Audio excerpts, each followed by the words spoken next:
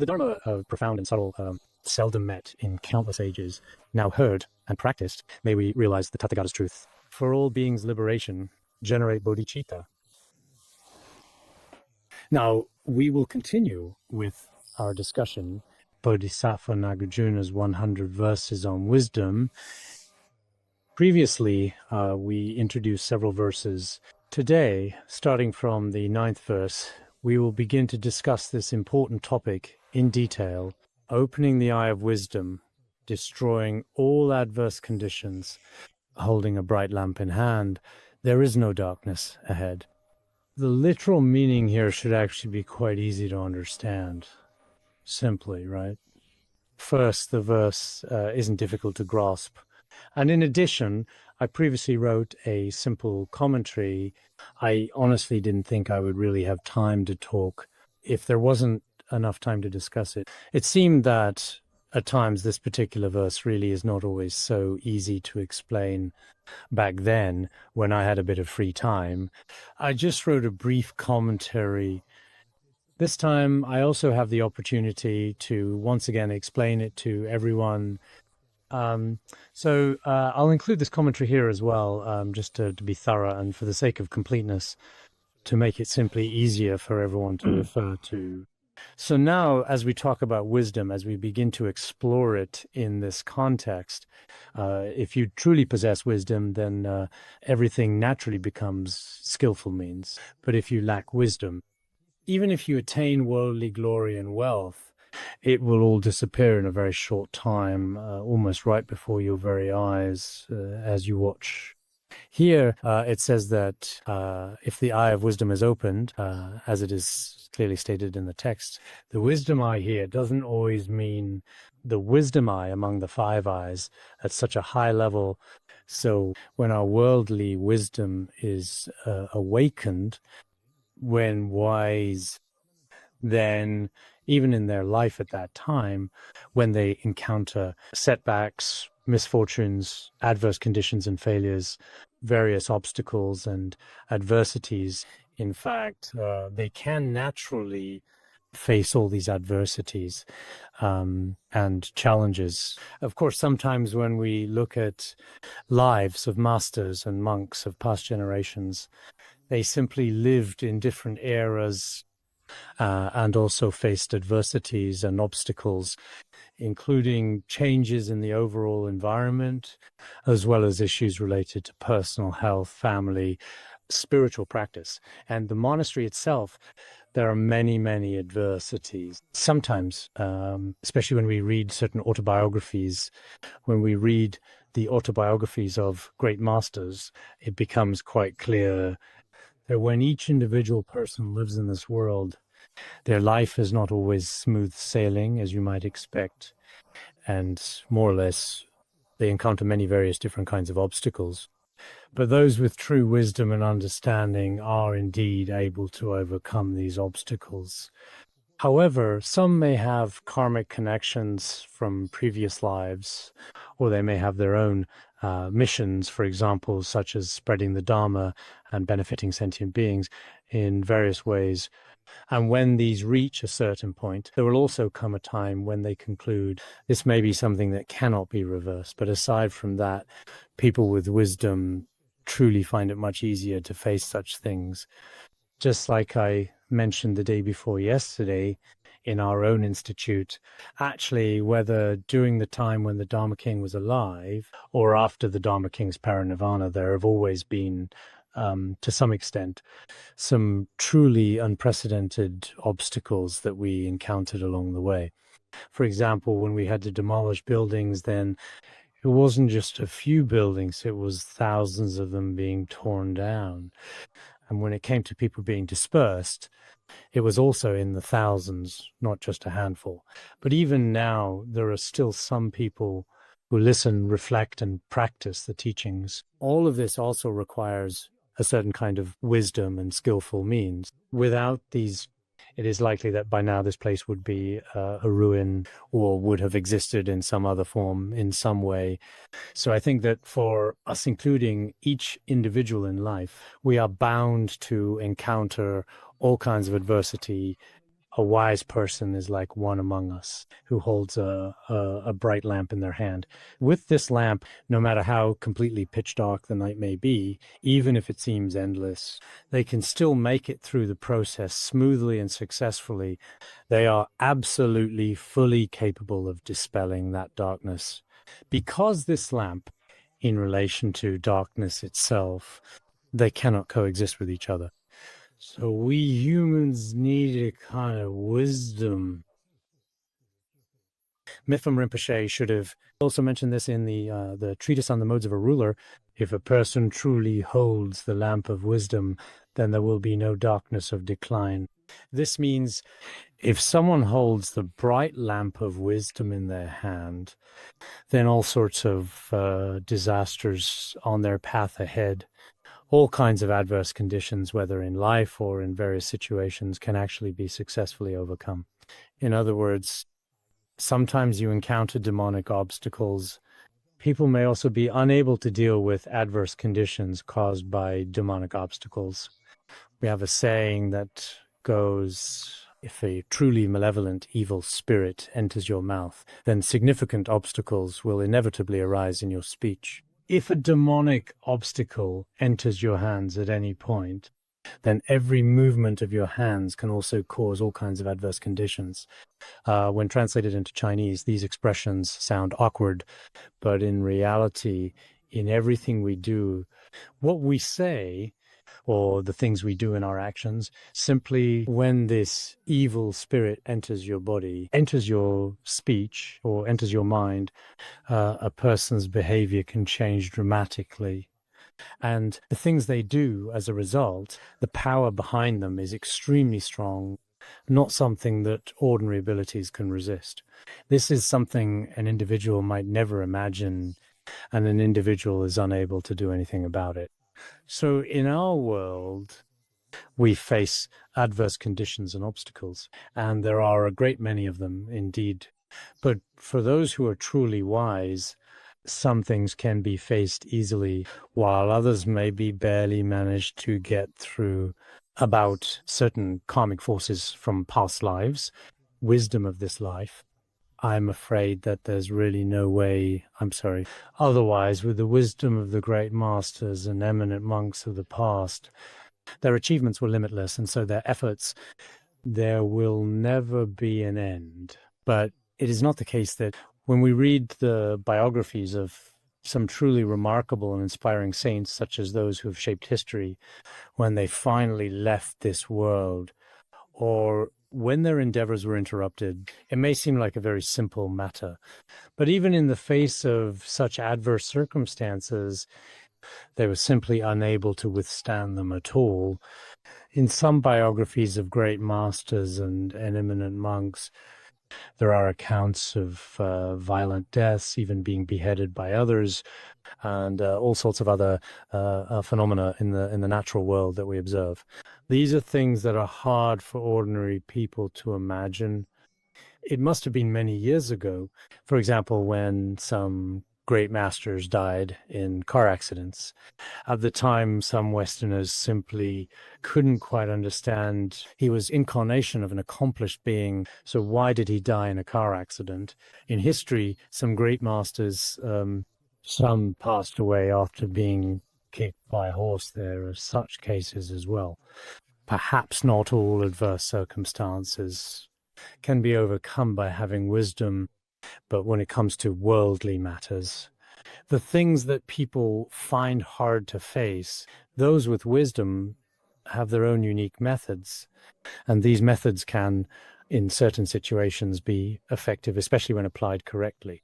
Because whatever we do or say is actually not absolutely 100% certain. Whether we're talking about worldly truths or the principles of Buddhism, if something has a higher probability, when it's expressed in writing, for example, it appears definitive, but in reality, there is a certain range, a certain amount of leeway. When we listen and contemplate in this regard, it is very important that everyone, without exception, always keeps this in mind and makes a conscious effort to remember it as So I think developing wisdom is very important, including us now at the Institute, whether we are at the Institute or learning Buddhism elsewhere. What we really need is wisdom. It's not only knowledge, this wisdom is very important. If we lack wisdom when we act or when we choose a certain path ourselves, it not have good start or end. At a certain point, due to obstacles we create ourselves or obstacles from others, all sorts of things may end up being unsolvable. The reason I'm teaching this treatise, I sincerely hope that all of us, we are studying Vajrayana Great Perfection, or those studying Mahayana Bodhicitta, should all possess wisdom in how we conduct ourselves as people. Knowledge isn't enough. Those listen, contemplate, practice should more or less have sufficient knowledge of the Dharma. We have exams, orals, and discussions all in place. Sufficient. But some people may not have wisdom, ways to grow wisdom. On one hand, study the maxims of these great masters of the past and using cultural teachings and rules to improve ourselves. Another way might be to frequently interact with people in the world, which is also a method of learning. Some people attend university for more than 20 years, but after graduation, they seem fragile when facing society. If you look at universities now, so many people are jumping off buildings for suicide, including university teachers whose minds are unable to bear it and are fragile.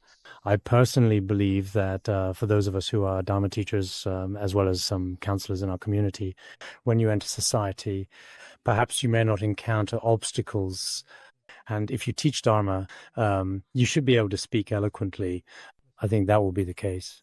But when faced with even a small setback, I think you may also just be those who have just graduated from college are more similar, where a single sentence or a simple matter, for example, like the recent widely reported news of more than a dozen students tragically taking their own lives, or, for example, a student from Peking University, since they heard someone say, "You have no future, you're unattractive," a single sentence can lead them to suicide. So, generally speaking, in general, the Dharma master and students who studied contemplated, but I think it could still quite easily occur at any moment in time.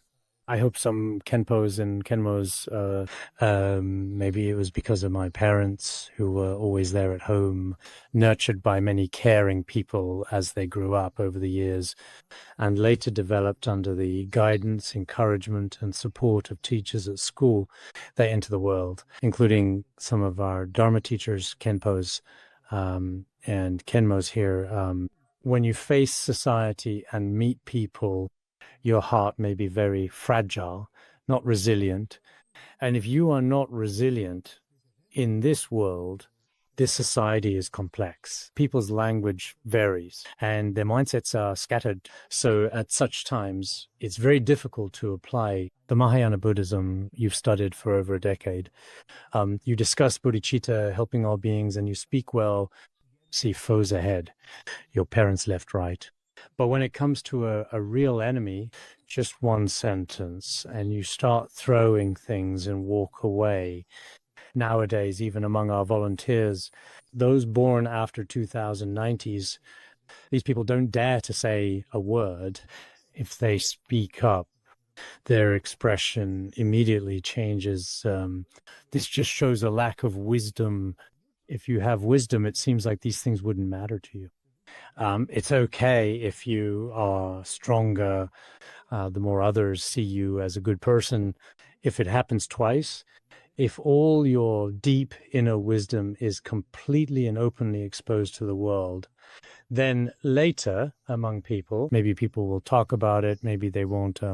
But when someone behaves badly, everyone will keep it in their hearts and see it with their eyes. They should know this is the kind of person he is. That's him. We'll talk more about this later when some people arrive. Everyone privately discusses and says, this is a bad person. So generally speaking, we don't need to ask directly, person, good or not, no need. people will just say to themselves, this person is really bad. Everyone should be absolutely clear about this point. So this time, 100 verses. I hope that all of us, especially the Dharma teachers, may, when handling matters and such, sometimes need to face all kinds of misunderstandings or dissatisfaction from others, and all sorts of unjust slander, rumors, and criticism from others. Experiences needed. Nowadays, there are some children in the world who early meet many people, move forward facing situations, refined, very good and gentle people. Those who only study and then graduate, these people are completely incapable of dealing with others. Even the slightest bit, like I just mentioned, basically you could say that, in other words, to put it simply, these kinds of people are especially fragile. For such a person, let alone spreading the Dharma or benefiting sentient beings or achieving the rainbow body. But in this world, they would become a rainbow body, disappear, don't get rainbow body. They themselves might be in pain, and the people who interact with them are harmed. If it's a wicked person, those around them are also in much pain. Even if they're only around for a single day, they often bring suffering to others nearby. So I think it's very important for us to have wisdom. But this wisdom also depends on some study, past life merit. It's not as if just because I want wisdom, not that simple. It might even be harder than making money. For many of us, making money feels like it's getting harder and harder these days.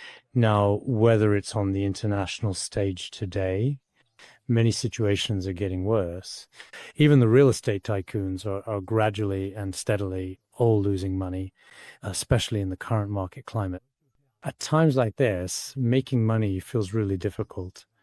But in a certain sense, our true wisdom or real wisdom, if you go to a Buddhist institute, if you go there over those few years, no matter in what aspect, can you actually gain true wisdom. When you return or when you leave, you'll be carrying a big bundle of wisdom with you. It's not about leaving with a prayer wheel in your hand and bags big and small, or things such as nectar pills and all sorts of other items, including a variety of things. Have or not. If you have wisdom, even if you're alone, you can establish your foundation wherever you are. But if lacking wisdom, even if you have vehicles that are completely full of US dollars, for example, it could all disappear quickly. Discussed below. Perfections without wisdom, even if they appear like rain, can vanish in an instant, just like a close yet harsh and distant person. As mentioned earlier, if you awaken wisdom, you can face anything, but for someone without wisdom, their perfections, for example, such as wealth, their unique talent, strong reputation or status, in short, all sorts of things in the world, all those incredible perfections that everyone envies, if have perfection, sometimes through their own efforts or merit, or perhaps from merits earned in past. But this is just like a really heavy downpour, a truly torrential rain. When it pours heavily, the rainwater appears shortly, manifesting clearly. But after a while, when the rain stops and the sky clears, all of that rainwater simply completely vanishes. Nothing remains. This is in particular related to your wisdom analogy. It's like we're close to the bad guys. If we get close to a wicked person and become friends with them, maybe after just 2 or 3 days, you'll go your separate ways.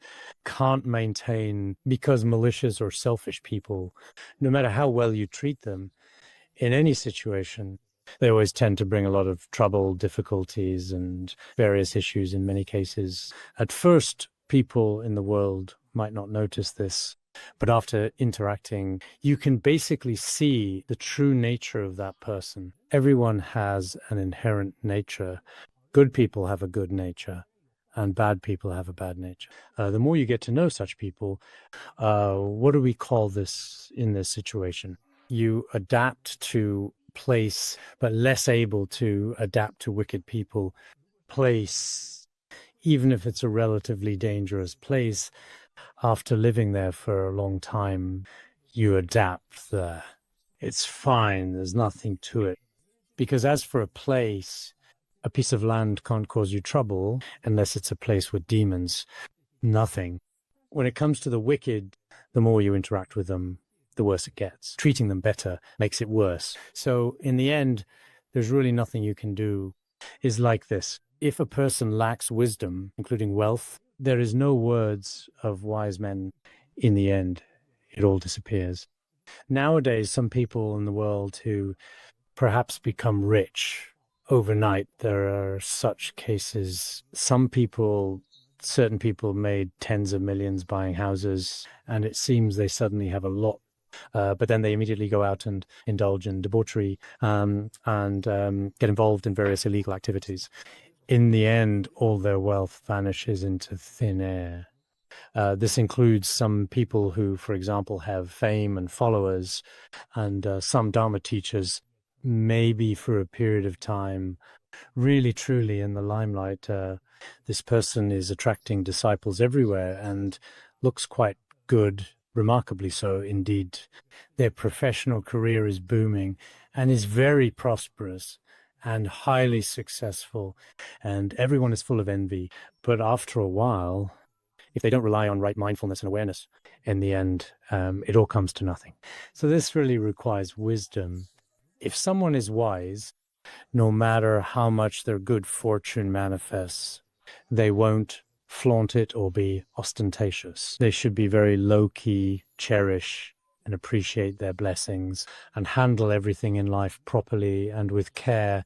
If someone has even a little, as we can see in the world, people with a little money, even the way they walk is a little different. If someone thinks they look slightly attractive, the way they walk is also different. Same principle. People with some status are often the same way. But if they lack the support of wisdom in their lives, it won't last long, not at all. So in our world, we often do see, for some people, this wealth is still good. Some people who have recently done well on exams, this person seems to be in front of a certain guru. He should still definitely be pretty good. Some people make aspirations in front of certain teachers. If they aspire in front of this teacher, this is also a kind of good fortune or karmic connection, which is good. But they don't know how to cherish such an opportunity. Then there are various types. We have a saying, using the horns on your head to butt those in front and kicking those behind with your hooves after this, in the end, over time, gradually, slowly, they inevitably become just one among the crowd, just part of the group. Then no matter what, this person, the power of a single individual is weak, and in the end, it all ends in failure. So I think people who truly lack wisdom in real life, we can truly see them as well. It's as if Nagarjuna Bodhisattva foresaw phenomena in 21C, various phenomena that occur in society, in our daily lives. This is indeed how things are for us now. Those without merit. Even in places near my hometown, there are such people. Some people might steal a few yaks or something like that every now and then. The money they make in a few days is good. Then they drive luxury cars and go to bars every day. After 2 or 3 days, together with some partners, they commit more illegal acts. And finally, they go to prison. Next life, they'll fall into hell. Many cases. So generally, we can see that if someone is ostentatious, their life may not last very long. Their actions, this is someone acting without wisdom. Among us, even among practitioners, he thinks he's wise, but in fact, they do not act like wise people. There are also such cases among ordinary people. Brief wealth. Nothing is reliable. if someone doesn't appear so ostentatious, but in reality, this person should have some profound qualities and a certain level of learning, then their actions would be completely different, including the tone in which they speak, such as their intonation, their posture when walking, and the way they look at others. All are different. In fact, people may at times think highly of themselves, but others can see things quite clearly, very clearly. You could say that in a crowd, you are a performer. As for others, the play you are putting on, whether it's good or not, is immediately and unmistakably obvious to everyone who sees it. That's why Master Shantideva always emphasized right awareness and mindfulness. Use wisdom to constantly observe your three doors. But foolish people never observe themselves at all, and even believe that in their current, actual real life, their own actions are always right. However, such views, some are already completely, entirely outdated and cannot be applied to real life in practical situations. Some are simply overwhelmed by their own truly profound ignorance and utter foolishness. So, well, as the proverb says, all of the misfortunes and sufferings of sentient beings in the world arise from not truly knowing and not carefully examining.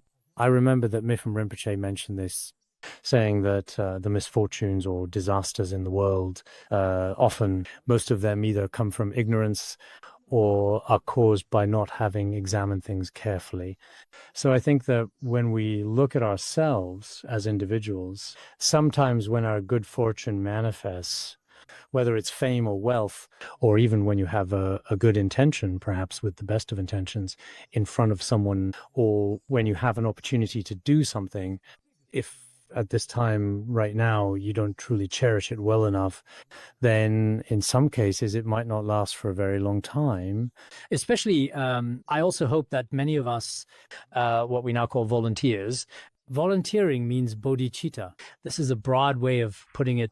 But originally, at the very beginning, some of the people who are actually working here called volunteers. Later, this became, it seems like this guru's volunteers, that guru's volunteers. A volunteer is one who has generated bodhicitta, or someone who has developed pure perception. Both can be called that. But no matter what happens, some dedicated individual volunteers, always without fail. I also hope that you should cherish your own responsibilities. When time comes, there will still be certain difficulties, including myself. I am also a volunteer. When His Holiness Jigme Phuntsok was still alive, a volunteer of His Holiness Jigme Phuntsok, but I feel ashamed of myself.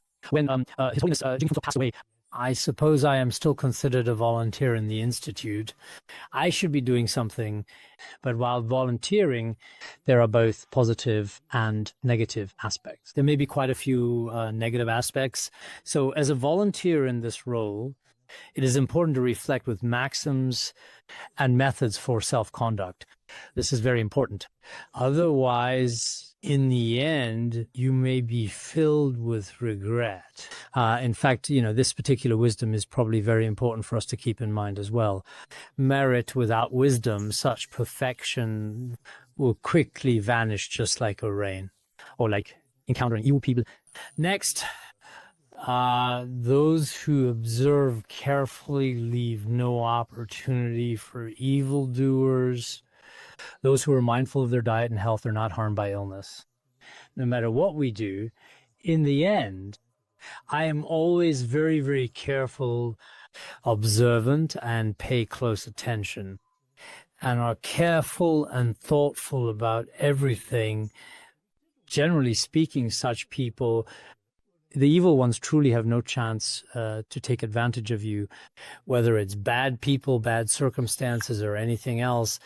Some people are very careful about everything. You must pay attention to this and be mindful when you speak. And you must be careful when you do things as well. Especially even in your mind, you should avoid many thoughts or judgments arise. Constantly observe your body, speech, and mind. If you do this, then generally such people encounter very few adverse conditions. If a wise person observes with wisdom, generally speaking, they won't jump off a cliff. We should be good at carefully observing, especially good at carefully observing our own speech. We often say that illness enters through the mouth, misfortune exits through the mouth. If you don't pay close and careful attention, including right now, at this very moment, right here and now, in this exact present moment, it's still very difficult to maintain health just by eating healthy foods. This can also be explained with an analogy. For example, those who are particularly careful about their diet, at the very least, their bodies simply are less likely to develop all kinds of illnesses. It was the same in the past in health studies. Nowadays, health studies are very important in the world. At the time of Nagarjuna Bodhisattva in ancient India, this could also be called health science. You could put it that way in a sense. So in the present day, including, individuals, it seems that even in the academy now, actually, I eat junk food here, like chips and candy, and the consumption of junk food is high. They especially like some distinctive, unique, and particularly sour flavors, such as tangy citrus or tart berries, all kinds of tastes, spicy and various others. At first glance, all these seem fine, but there are a lot of additives in them, all kinds of different flavorings, various types of spices and seasonings, all thoughtfully selected and carefully chosen, which make them look especially appetizing and delicious to us. Taste is good, but in reality, there are a lot of additives inside put in them. So if we are not careful and mindful about our diet on a daily basis, in the end, it could lead to late-stage cancer or after various illnesses have already come, we might not be able to do anything about it ourselves. At that point, as you might expect, it may be very difficult to manage for anyone involved, including for our Dharma friends and the monastic community as well, too. For each and every one of those dedicated and hardworking individuals who volunteer to cook for the various departments and teams within the organization, I also hope you don't always base decisions on your own preferences. What do you like to eat spicy? What do you like to eat sour? And then cook only those things every day. That's not very good. Generally speaking, from the perspective of modern health science, no matter what dish it is, it shouldn't be too oily. If there's too much oil or too much frying, it's also bad for your health. This also includes things like spicy and sour foods, for example, as well as other similar items. For flavor, it shouldn't be like Sichuan style, too sour and spicy things like that, Actually, when cooking for a group, such as friends or family, it's better to make the food a bit lighter. If someone needs to add extra seasonings, it's probably better to just let them add it themselves. Especially in a Tibetan region, every dish is especially oily, with a lot of oil added. And as for whether this oil is gutter oil or not, it's hard to say. Maybe it's not. But too much oil in the body is really also a burden. I don't need to explain that, right? But in reality, health is very important for everyone because it is the foundation for living well and being able to enjoy. Some people talk a lot about health to others, but they themselves eat a ton of junk food every single day. I actually used to drink some of that stuff too, including a period when I drank Red Bull and Coca-Cola. For a while, this can lead to a wide range of health problems and complications in the future, affecting your overall well-being and quality of life. It was probably trouble I brought on myself, as expected. But now it seems that everyone is becoming noticeably more mindful and attentive to what they do in their daily lives. This is from the perspective of diet. There's another point as well. Yes, observation, specifically the act of careful observation. Observation is still very important and necessary, especially for the monks in our institute or some of the stewards or heads of certain departments, such as when you need to carefully handle certain issues or situations, you can't hear one side to judge. I've said this so many times.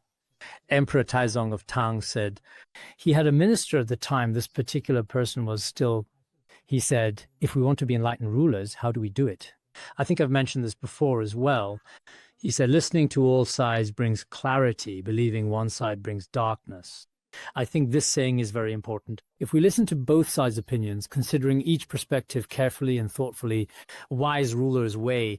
But if you simply only trust one side blindly, then that is darkness. That is the way of a foolish ruler. What he said is very important for many of us. Many kings and people in the world, because they listen to the one-sided words of those around them. Finally, after a long period of turmoil and conflict, the entire country was devastated and left in ruins. Ultimately, the country's administration was destroyed. As a Dharma teacher, as a leader, there are often some people around him who are foolish, lacking wisdom, and driven by their karma. Foolish disciples and foolish people, these people often speak out of selfishness and personal self-interest, mainly for their own benefit. If we don't observe and listen to the words of those around us, it will ultimately lead to many disadvantages. So I also truly, deeply, and sincerely hope from the bottom of my heart that Dharma teachers, including some stewards, should always pay attention to the people around them. I'm half skeptical about those around me.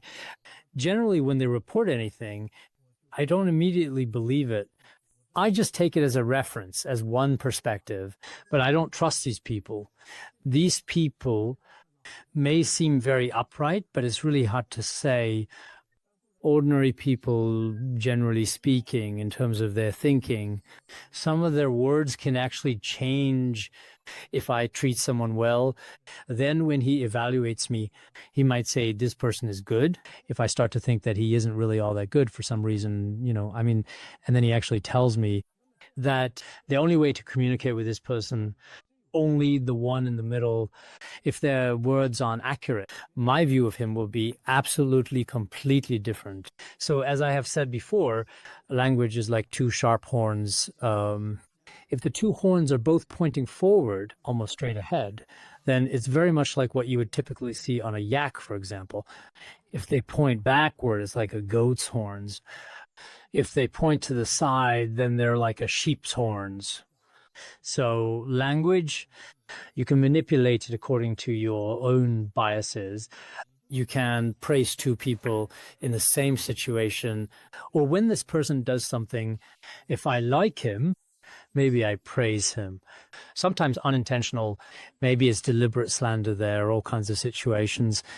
So I sincerely hope that our managers, when you first hear feedback from others, you can use it as a reference, that's fine. Opinions exist. But if you really do need to discipline someone or perhaps address or handle something next, for instance, whether to promote this person or demote them, then you should observe with your own wisdom or get a deeper understanding through other available channels. After this, basically, there's a comprehensive opinion. At that point, you'll basically know who's this. So, as I just mentioned, everyone should remember in future management processes, though this was what Wei Jiang said during the Tang Taizong era.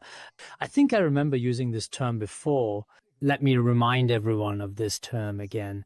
In terms of management, over all these years, it is important to note that I should say that your group actually isn't easy to manage. And although the management hasn't been great, I've always, honestly, truly tried to put my heart into it each and every time with all my efforts to the best of my ability up to now.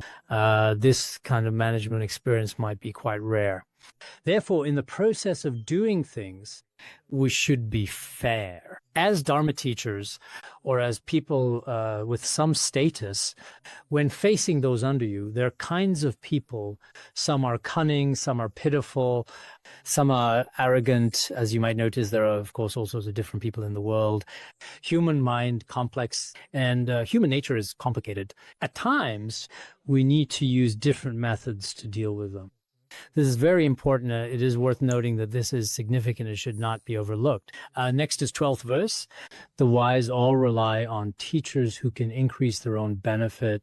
Just as when a lake is full of water, all kinds of birds come to rest there. Here it says that if a wise person has foresight, he should trust his own teacher or his own mentor.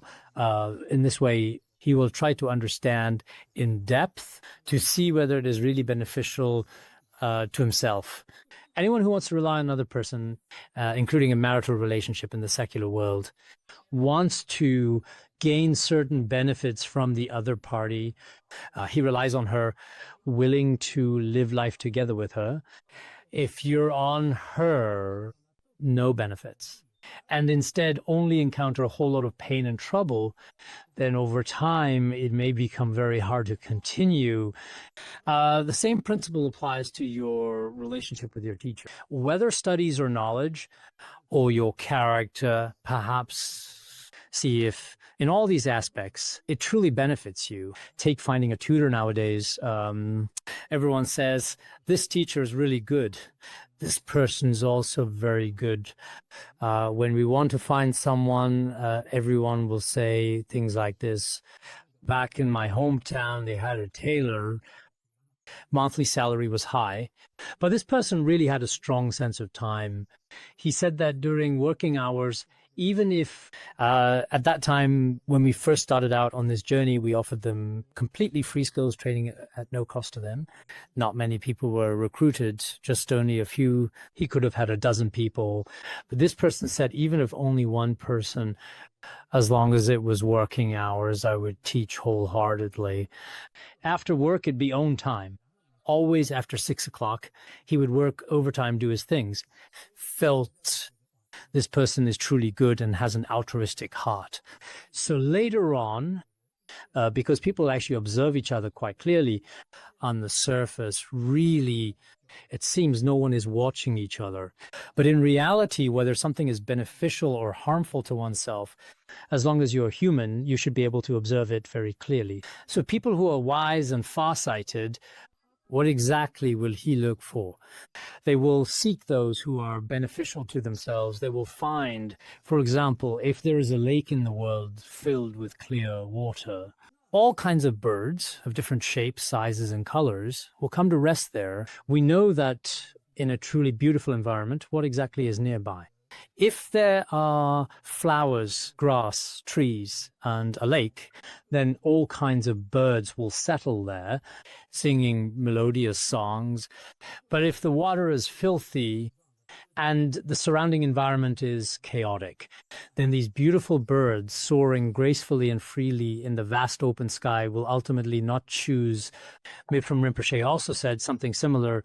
Fruitful, abundant trees and wonderfully delightful, refreshing waters are truly places that are deeply loved and cherished by all living beings everywhere. All beings here specifically refers to those who are drawn to abundant fruits or are willing to make contact with or approach these beings, can be found there for those who seek them in that particular place or location. So I truly think that, honestly, in my own personal view, I would say for each of us, if we truly want to do something in any way we possibly can to help others in our daily lives, it's very important that it truly, absolutely benefits others.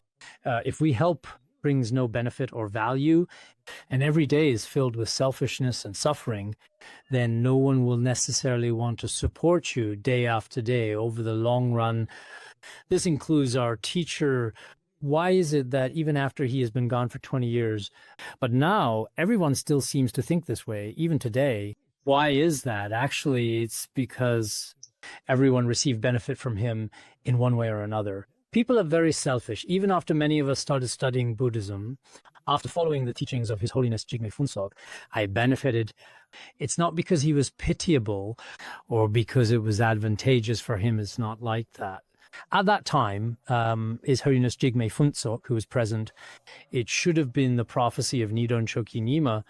In the Lotus Hidden Deep, it is written,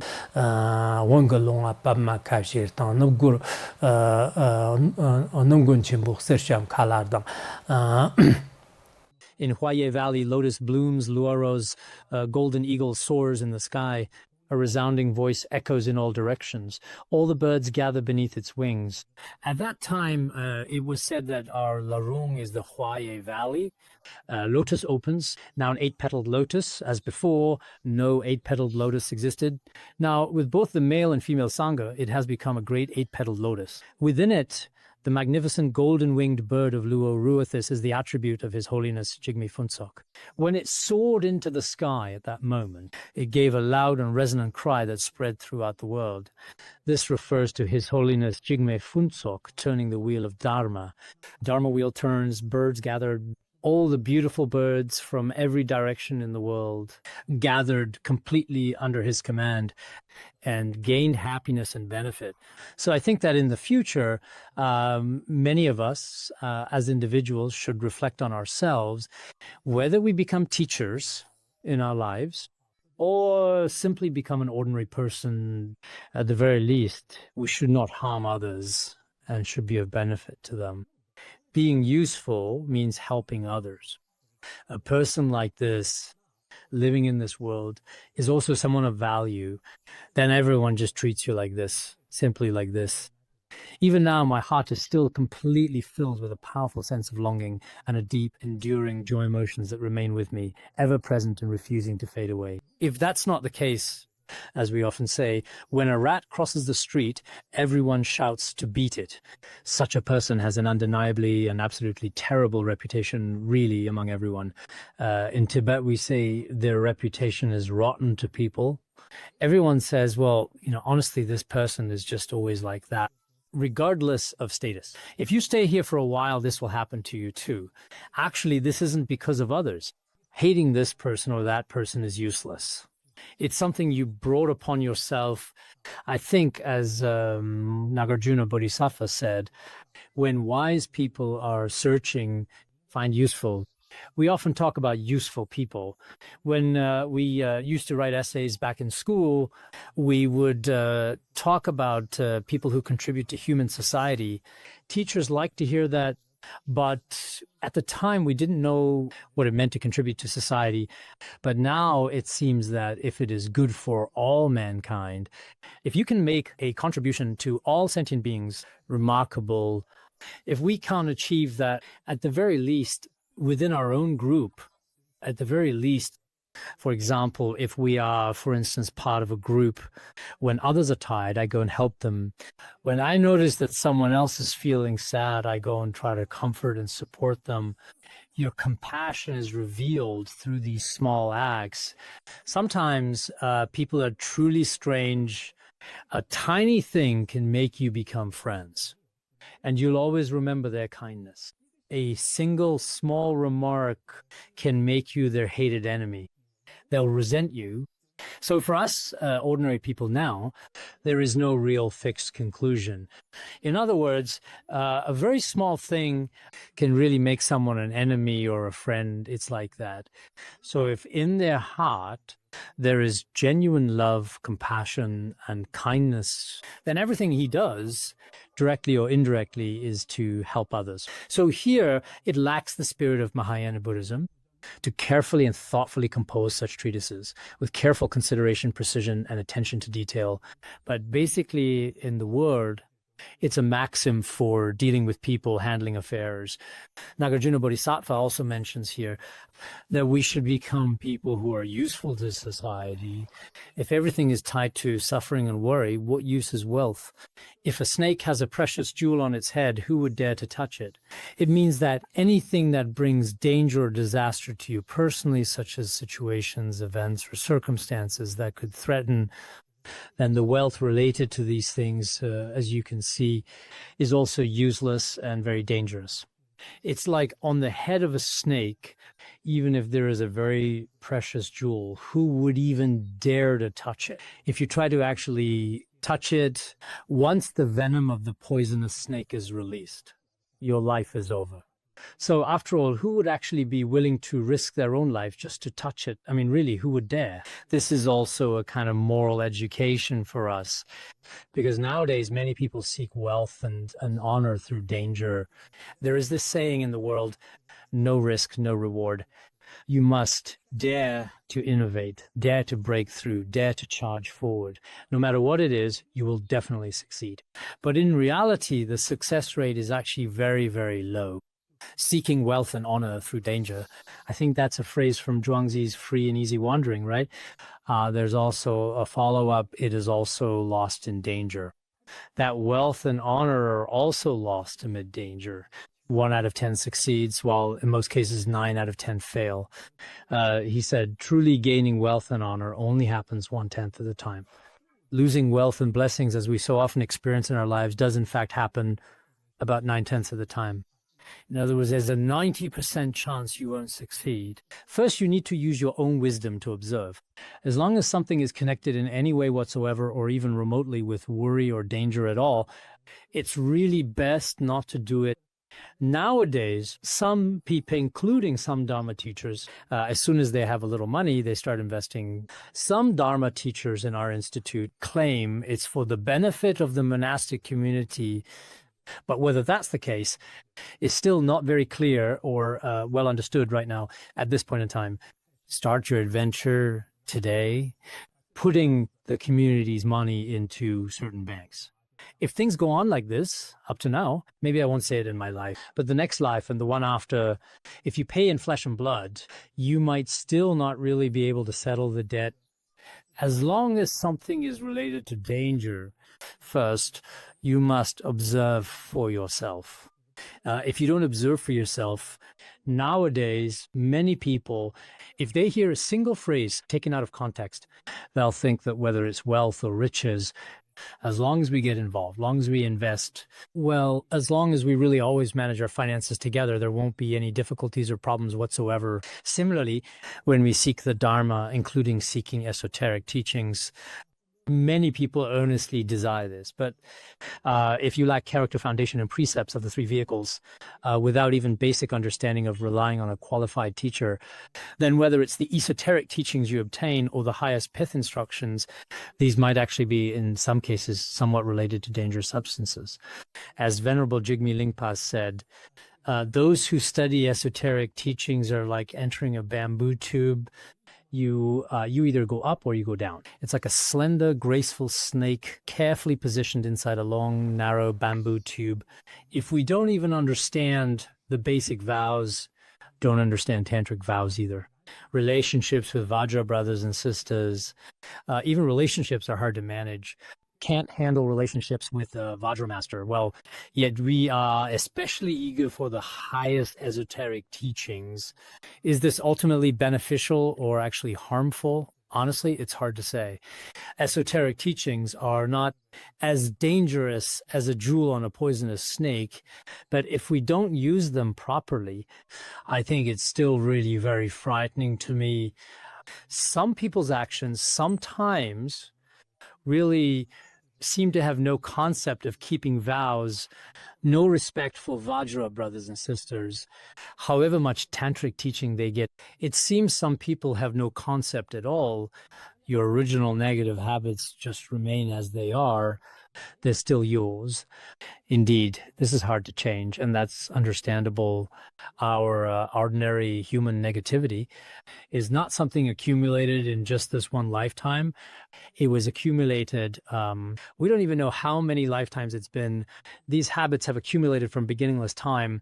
So now, all of a sudden, 1-2 classes or reflecting and studying a year or two, to expect all your habits to change immediately, to rely on the guru and instantly be transformed like dyeing wool needed, but it's hard to truly achieve. So as ordinary people, whether it's ourselves or others, we can also understand that many bad habits are often hard to change, except for a few people who have a special connection or great merit. Saw teacher change very quickly and really effortlessly. But for the vast majority of ordinary people, though the secret teachings you seek are excellent, no matter where you find pith instructions or empowerments, whether it is in any context, tradition, or particular setting, afterwards they still argue as usual and fight as usual without giving it a second thought. He only ever acknowledges his own merits, especially those he considers important, but never his faults. In other words, when we take medicine, he admitted that the medicine was effective, but we don't acknowledge its side effects. Miss side effects, as you keep taking it, in the end it becomes incurable. So sometimes this really is the case.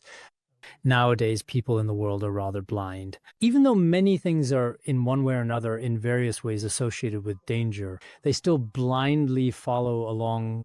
Let's see if there's any way to address this.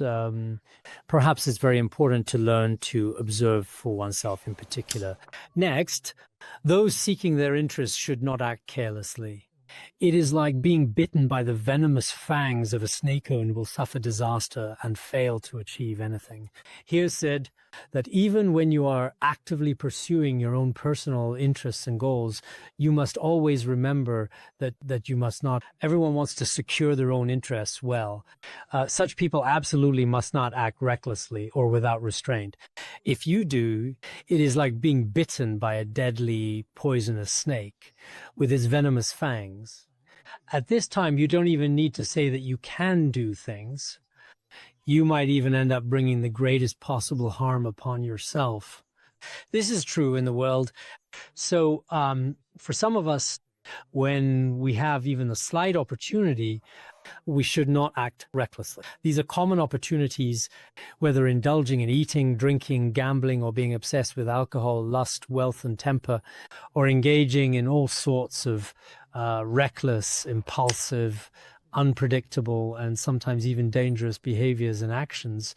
If you act this way, if that's the case, then you definitely won't last long, because it will be very hard for you to keep going or endure for much time in this situation.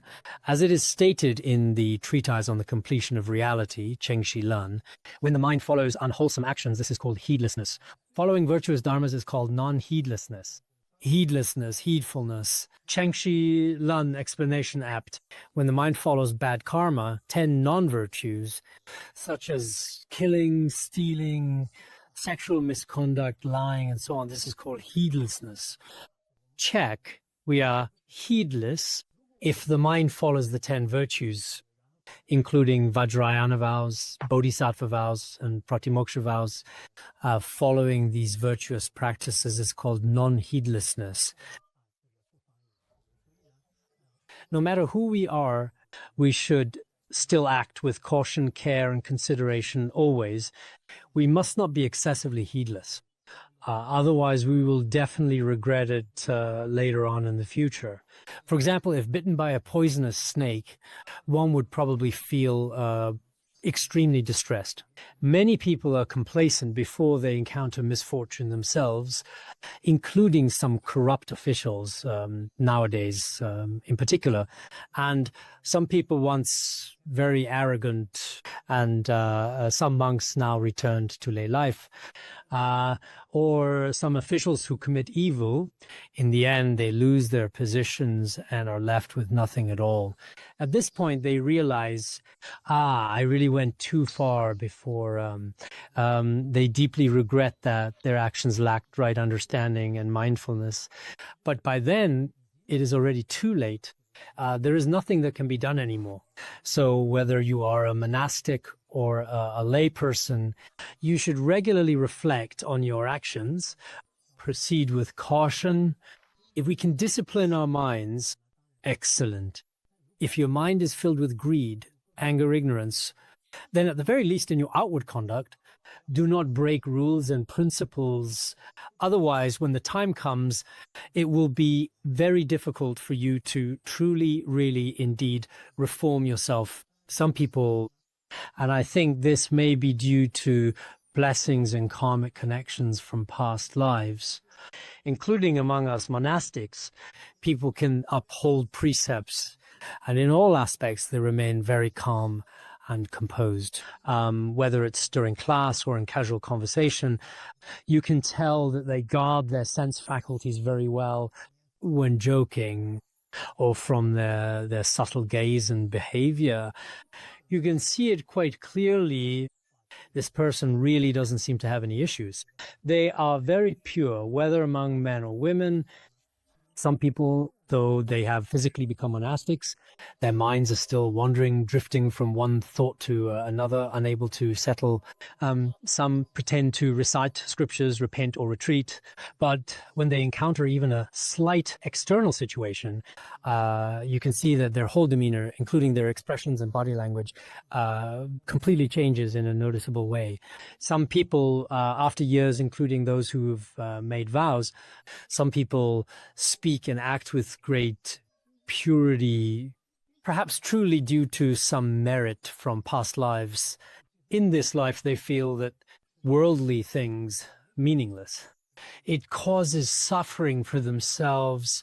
We might not have the mind of a great bodhisattva, not always possible.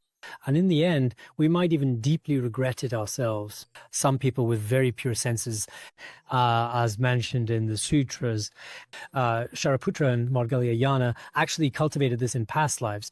No matter which group they were in, even among groups of the opposite sex, they guarded their sense faculties extremely well, was serene. People exist. There are stories in the Vinaya. Among ordinary people, including some Dharma teachers and those who have generated bodhicitta nowadays, there are those whose sense faculties are very pure, who are especially eager to listen to, reflect on, and practice greed, anger, ignorance, a mess things. They have no interest and avoid these things. Even if someone tries to pursue them in various ways, they have a very skillful way or a decisive way to turn them down. This truly also really shows an attitude of non-negligence. If one is not negligent in daily life, then one's later years will also be very joyful. Practice has good beginning, good end. Of course, as ordinary people, we get this non-negligence important, but in real life, we may often fall into these patterns. That is to say, we often spend our days in negligence. So people are sometimes quite pitiable. Those who gain benefit are cautious. The leech is vigilant about its own body, sucking blood without being seen. To benefit yourself, you must act with great care and caution. If you can do this, it's like the blood-sucking insects or leeches in the world. I wrote this animal, Travel Notes India.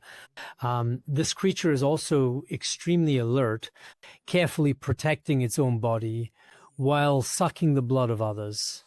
This organism is also commonly referred to as a leech, which is a name given to certain types of parasitic worms known for their ability. They're found in rice paddies, rice fields in southern regions, Pernapalis, Indians. These leeches cannot suck other people's blood, otherwise it could lead to death. Back when we were in Nepal, at that time, Ali Meju was present. Everyone was being very cautious about it, indeed. But some of them say that the blood-sucking insect slowly enters a person's body. It's not easy to notice because it uses its mouth to suck blood, and at that moment, it's very gentle. Some people say that if the leech gets inside the body and only its tail is left outside, no one will notice. So it slowly sucks all the blood from inside a person's body because that's just its way of sustaining itself. But this is a metaphor.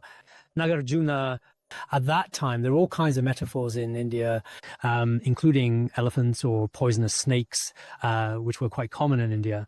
Using Analects metaphorically, it would be things that are found in the Han region. Using Patrul Rinpoche, he would use things like yaks as metaphors. So as a result, every truly wise and thoughtful person often uses a variety of different metaphors. In any case, if you're not careful, a lot of unexpected trouble and difficulties can certainly come your way. Doing things for you. Each of us definitely does things for our own interests. So in that case, we must be extremely cautious in every aspect.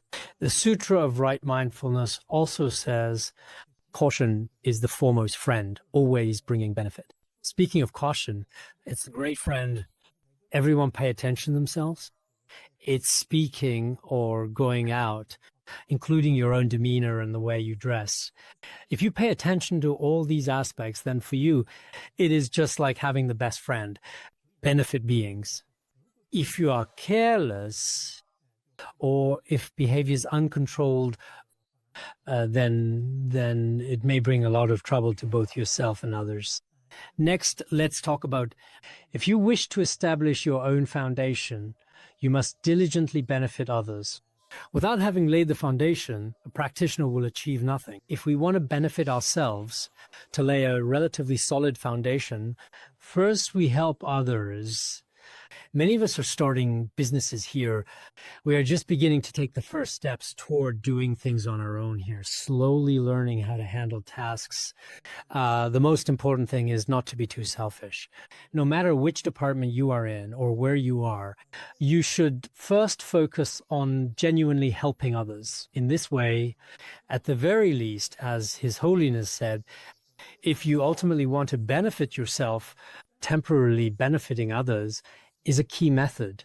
If you want to do something in front of other people and your self-serving intentions show first, everyone will dislike it. If you haven't laid a solid foundation for yourself, whether you are doing worldly things or spiritual things, in the end, there's nothing you can do and you'll accomplish nothing. So whether we are nurturing and cultivating others or ourselves in any situation, Mahayana Buddhism, helping counts. It is not Mahayana concept benefiting others. Even in our worldly life, we also talk about benefiting others. This kind of altruism is indeed necessary. Didn't they used to say, serve the people wholeheartedly? Wholeheartedly. Now, some people have changed this phrase, serve the renminbi. But this is not necessarily correct. Worldly slogans. Benefiting others is very important, even without Mahayana Buddhism. But as worldly practitioners, we also truly need to have a heart for benefiting others. If someone seems to lack this altruism, no matter which group they're in, that person will be very selfish. For instance, when riding in a vehicle, I want to sit in the best seat. Or we're in a room, I'll take the seat by the window and you can sit in the dark corner. When we choose seats together, I pick spot sunniest, you go where there's no sunlight. Some selfish people, even with just the smallest things, for example, if there's something tasty on our plate, I'll eat delicious, you get leftovers. If that's the case, then maybe this person won't amount to much and there's not much hope for them. Future selfish people won't be welcomed in any environment. You act this way both in your own country and abroad. Among black or white people or among Asians, it's all the same. This is also a teaching about personal conduct. Now, the last verse for today, if you want to beat others, you must first have merit. Just as a bow without a string, how could an arrow possibly be shot anywhere? Here, if you want to, perhaps, for example, deal with people opposed you, if you really want to eliminate them from your life, you must first become strong yourself. Your own power, wisdom, and other aspects should actually be developed like this. Some people are always criticizing others, trying to harm them, but they may not harm them. If you can make yourself strong, the other side will gradually become weaker. For example, if you, some people are jealous of others' knowledge, envy looks, and some are jealous of others' power. But if you really can't stand someone else, study hard and make sure you surpass them. Only then can you just criticize them or have the opportunity to compete with them. If you don't do this, it's like a beautifully crafted bow in the world, existing without a string. How could you shoot an arrow? It's impossible. If you lack strength, you don't even have the right to talk about others. So for anything in this world, in fact, we really should make ourselves strong. This is extremely important. If you become weaker and weaker and you want to compete with others or speak ill of them, it won't do any good, really. There are many such cases in our world, but let's not talk too much about them today. We'll stop here. Sonandai Tamsa Rubanya Tonani Dama Pasi Jirgana Jirano Chupai Jupun Sonen Droa Droa Bandangara Badna Sodargye Bandangara Badna Sodargye Bandangara Badna Sodargye